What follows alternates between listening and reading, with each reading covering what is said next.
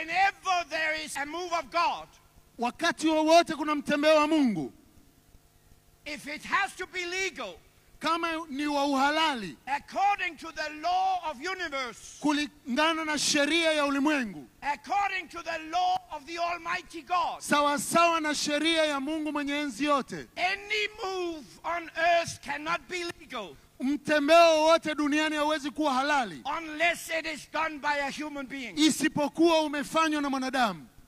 Whenever you cry out for revival or for reformation or for a breakthrough, wakati wowote unapolilia uamsho au mabadiliko au upenyo, God raises up a man. Mungu humuinua mwanadamu. For a nation cries out for revival, Taifa linapolilia uamsho, God answers by raising up a man. Mungu anajibu kwa kumuinua mwanadamu. Are you listening? Unanisikiliza? Whenever a nation cries out for revival, Taifa linapolilia uamsho, God answers by raising up human vessels. Mungu anajibu kwa kuinua wanadamu.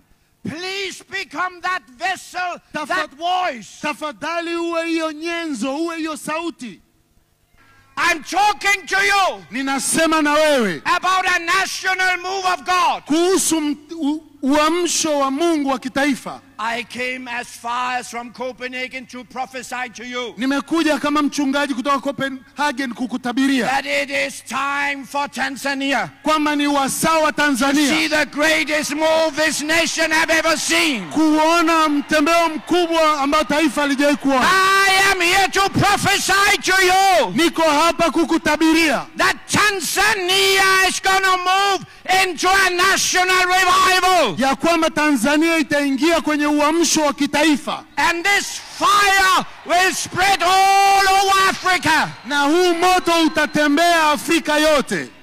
It is time Ni wasaa umefika for the greatest move of God. kwa mtembeo mkuu wa Mungu. Hallelujah. Hallelujah.